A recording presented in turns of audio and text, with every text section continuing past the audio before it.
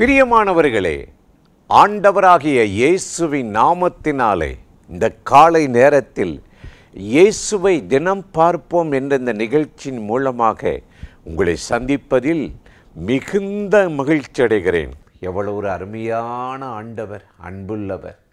இந்த நாளிலும் நம்மை ஆசீர்வதித்து நடத்த சித்தமாயிருக்கிறார். அவரை நம்புகிற யாரையும் அவர் கைவிடுவதில்லை. கண்மலையின் மேல் நிறுத்துகிறவர். அதை பற்றியதான ஒரு பாடலை நாம் பாடப்போகிறோம். நீ என்னை நம்பினபடியால் நான் உன்னை தப்புவிப்பேன் என்று சொல்லி ஒரு பாடலை பாடி தேவனை நாம் மகிமைப்படுத்துவோம். சேர்ந்து பாடலாமா? வாருங்கள், பாடுவோம்.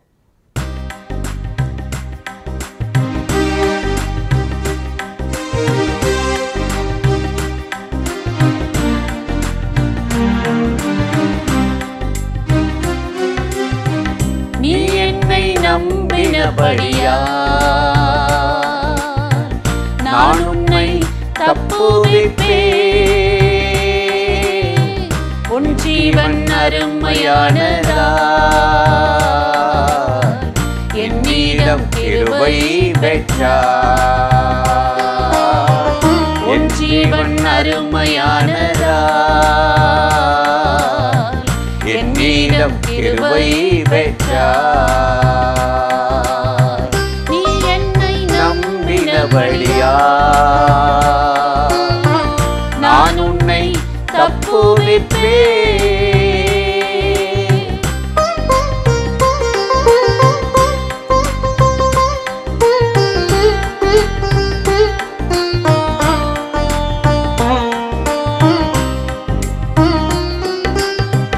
உன் நிமித்தமல்ல என் நிமித்தம் உனக்கு இறங்கினேன்.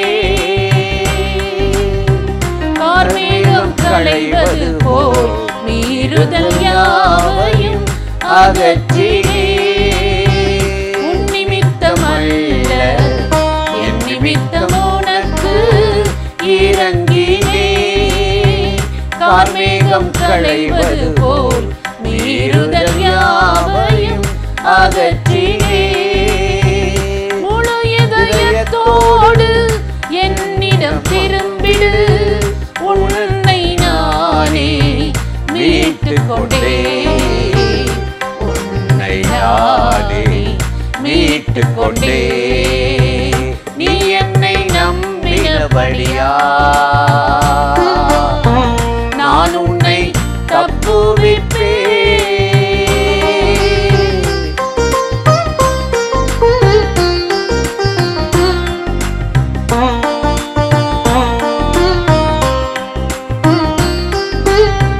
கடந்ததை நினைத்து கலங்கி நீ சோர்ந்திடாதே.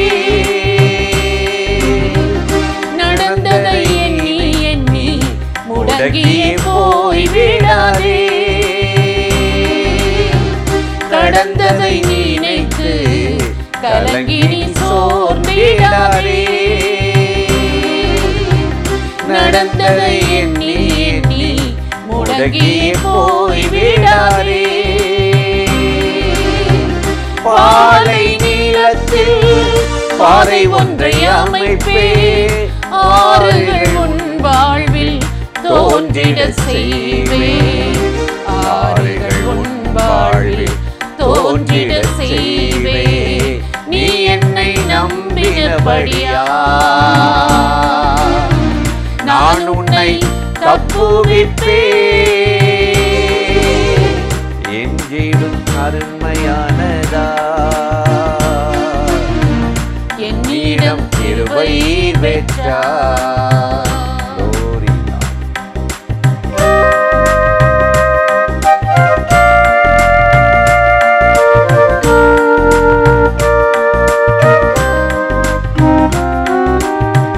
கர்த்தராகிய நான் உன்னை காப்பாற்றுவேன். அடிக்கடி உனக்கு தண்ணீர் பாய்ச்சிடுவேன். கர்த்தராகிய நான் உன்னை காப்பாற்றுவேன். அடிக்கடி உனக்கு தண்ணீர் பாய்ச்சிடுவே. ஒருவரும் உன்னை சேதப்படுத்தாமல் இரவும் பகலும் காத்துக்கொள்வே. இரவும் பகலும் காத்துக்கொள்வே. நீ என்னை நம்பினபடியா நான் உன்னை தப்புவிப்பே. உன் ஜீவன் அருமையானதா,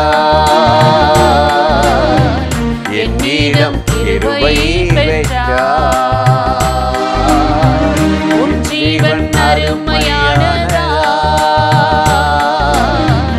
என்னிடம் கிருபை பெற்றார்.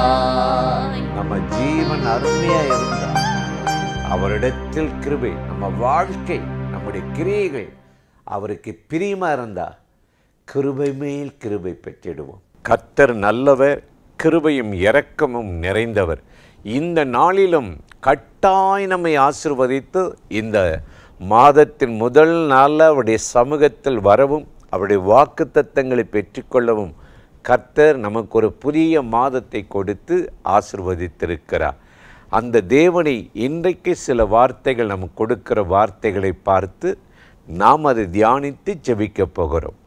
சங்கீதம் 46:7 வாசித்து பார்த்தால் சங்கீதக்காரன் சொல்லுகிறார், சேனைகளின் கர்த்தர் நம்மோடு இருக்கிறார். யாக்கோப்பின் தேவன் நமக்கு உயர்ந்த அடைக்கலமானவர். இல்லையா? யார் நம்மளோடு இருக்கிறதா? சேனைகளின் கர்த்தர்.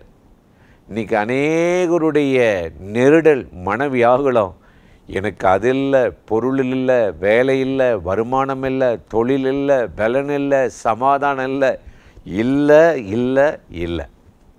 ஆனால் இங்கே வேதம் சொல்லுது, சேனைகளின் கர்த்தர் நம்மோடு இருக்கிறார். யாக்கோப்பின் தேவன் நமக்கு அடைக்கலமானவர் என்று. இந்த இல்லைன்றதெல்லாம் கொஞ்சம் அந்த பாட்டை நிறுத்திட்டு இருக்கிறவரை நம்ம மகிமைப்படுத்த தெரியணும். ஒரு முறை பேதுருவை பற்றி நம்ம வாசிக்கிறோம். அந்த பேதுரு தேவாலயத்துக்கு போனார். அதே ஆலயம்தான், அதே பேதுரு தான். ஆனால் இப்போ ஆலயத்துக்கு போகும்போது சும்மா போல அபிஷேகம் பெற்று இயேசு கிறிஸ்துனுடைய உயிர்த்தெழுதலுக்கு பிறகு முதல் முறை ஆலயத்துக்கு போகிறார். அங்கே ஒரு பிறவி சப்பானி முடவன் உட்கார்ந்துருக்கிறான். பேதுருவை பார்த்த உடனே இவர் பழைய ஆளாச்சே, ஒரு 1-2 டைம் நமக்கு உதவி பண்ணியிருக்கிறாரே என்று சொல்லி அவன் உடனே என்ன செய்தான் தெரியுமா? அந்த பேதுருவை பார்த்து கேட்குறான், எனக்கு ஏதாவது கொடுங்க, பணம் கொடுங்க, எனக்கு ஏதாவது பண்ணுங்க, உதவி செய்யுங்க கேட்குறான். பேதுரு அவனை உற்று பார்த்தாராம். உற்று பார்த்து சொன்னாராம், அப்போஸ்தலர் 3:6, இங்கே பாருப்பா, என்கிட்ட வெள்ளியும் இல்லை பொண்ணும் இல்லை, வெள்ளியோ பொண்ணோ என்னிடத்தில் இல்லை, என்னிடம் உள்ளதை உனக்கு தருகிறேன். என்கிட்ட ஒன்று இருக்குது, சேனைகளின் கர்த்தர் என்னோடு இருக்கிறார், யாக்கோப்பின் தேவன் எனக்கு அடைக்கலமாய் இருக்கிறார் என்று சொல்லி கர்த்தர் அவன் மகிமைப்படுத்தினான். நடந்தது என்ன தெரியுமா? அவன் உடனே கையை பிடிச்சி தூக்கி விட்டார். அந்த பிறவி முடவன் நடந்துட்டான், சப்பானி நடந்துட்டான், துள்ளி குதித்தான், கர்த்தரை மகிமைப்படுத்தி கொண்டே ஆலயத்துக்குள்ளே போய் மகிமையான ஒரு ஊழியத்தை செய்தான் என்று சரித்திரத்தில் நம்ம பார்க்குறோம். எனக்கு அருமையான சகோதர சகோதரிகளே, அந்த தேவன் சப்பானியை நடக்க வைத்தவர், எழுந்திருக்க பண்ணினவர்.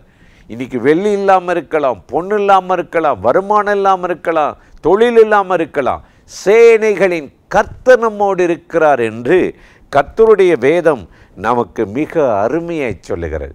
நம்மளோடு இருந்து நம்மை நடத்த தாங்க இயேசு இந்த பூமிக்கு இறங்கி வந்தார்.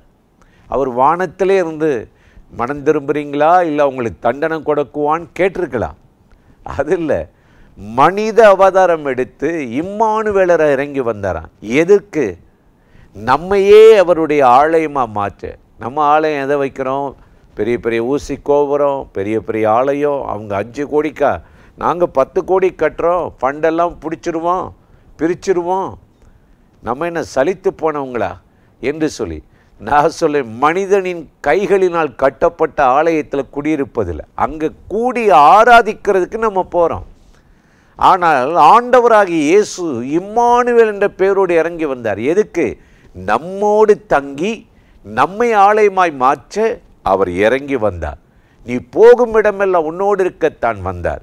அந்த ஆண்டவர் மத்தேயு 1:23 சொன்னார், இம்மானுவேல் என்பதற்கு சேனைகளின் கர்த்தர் நம்மோடு இருக்கிறார் என்று அர்த்தம் என்று சொல்லவு. இன்னைக்கு அந்த ஆண்டவர் நம்மளோடு இருந்து இந்த மாதத்தில் உங்கள் வேலையில், தொழிலில், குடும்பத்தில் அற்புதமாக ஆச்சரியமாக நடத்த போகிறார். சூழ்நிலையை பார்க்காதீங்க, போராட்டத்தை பார்க்காதீங்க, பிரச்சனையை பார்க்காதீங்க. எசேக்கியா ராஜாவை பற்றி நம்ம வாசிக்கிறோம். 2 நாளாகமும் 32 7-8 பார்க்கும்போது, அவனுக்கு விரோதமாய் அசீரியா ராஜா செனகரிப்பு என்பவன் பயங்கர பிரச்சனை பண்ணி, நீ என்ன ஆண்டவரை சுகமாக்கிட்டாருனால நீ தைரியமாக இருக்கிறியா, உன் எருசலேமை தரைமட்டமாக்குறேன் பாரு, உன் யூதாவை என்ன செய்கிறேன்னு பாரு, பயங்கரமாக பேசிட்டான். எசேக்கியா மனம் உடைந்த நிலையில் தான் கர்த்தருடைய சமூகத்தில் விழுந்து கிடந்தாராம். அப்போ ஆண்டவர் அவனை பார்த்து சொன்னாராம், அவனை கண்டு பயப்படாத, அவனுக்குள் இருக்கிறது மாம்ச புயபலம், அவனுக்கு துணை நிற்பது ஆயுதம், ஆனால் நான் உனக்கு துணை நின்றேன், சேனைகளின் கர்த்தர் உன்னோடு இருந்து உன்னை தப்புவிப்பேன் சொல்லி எசேக்கியாவுக்கு ஒரு அற்புதம் செய்து, அன்னைக்கு இரவே அந்த செனகரிப்பு அழியும்படி கர்த்தர் ஒரு தூதனை அனுப்பினாராம். அந்த ஆண்டவர் இன்னைக்கு நம்மளோடு இருக்கிறார். இந்த மாதத்தில் அற்புதமாய் ஆச்சரியமாய் உங்கள் பிள்ளைகளுடைய வாழ்க்கையில், படிப்பில், எக்ஸாமில் கூட இருப்பார், உங்களுடைய தொழிலில் இருப்பார். அந்த தேவன் இந்த மாதம் நம்மளோடு இருந்து ஆச்சரியமாய் நடத்த போகிறார். அந்த தேவாதி தேவனை நோக்கி நாம் இப்பொழுது ஜெபிக்கலாமா? அன்பும் இரக்கமும் கிருபையும் நிறைந்த நல்ல ஆண்டவரே, இந்த ஆசீர்வதிக்கப்பட்ட இந்த நாளுக்காக, நேரத்துக்காக, கிருபைக்காக உமக்கு நன்றி. இப்பொழுது அந்த நிகழ்ச்சியில் இணைந்து யாரெல்லாம் அந்த வார்த்தைகளை கேட்கிறார்களோ அத்தனை பேர் மேலும் உம்முடைய வல்லமை இறங்கட்டும். சேனைகளின் கர்த்தர் நம்மோடு இருக்கிறார் என்பதை உணர்ந்து இந்த மாதத்தில் நிறைவேற வேண்டிய காரியங்களை தேவன் கைகூடி வரப்பண்ணி அற்புதங்களை செய்து ஆசீர்வதிக்கும்படி ஜெபிக்கிறோம். எல்லா எதிர்ப்புகளும் தடைகளும் மாறட்டும், கிருபை கூட இருக்கட்டும். இயேசுவின் நாமத்தில் வேண்டிக் கொள்ளுகிறோம் நல்ல பிதாவே, ஆமேன், ஆமேன். ஆண்டவர் இந்த ஜெபத்தை கேட்டிருக்கிறார். கட்டாயம் உங்களை ஆசீர்வதிப்பார். தொடர்ந்து இந்த நிகழ்ச்சியை நீங்களும் பாருங்க, மற்றவர்களுக்கு அறிமுகப்படுத்துங்கள். ஆண்டவராகிய தேவன் கூட இருந்து ஆசீர்வதித்து நடத்துவார். ஆமேன்.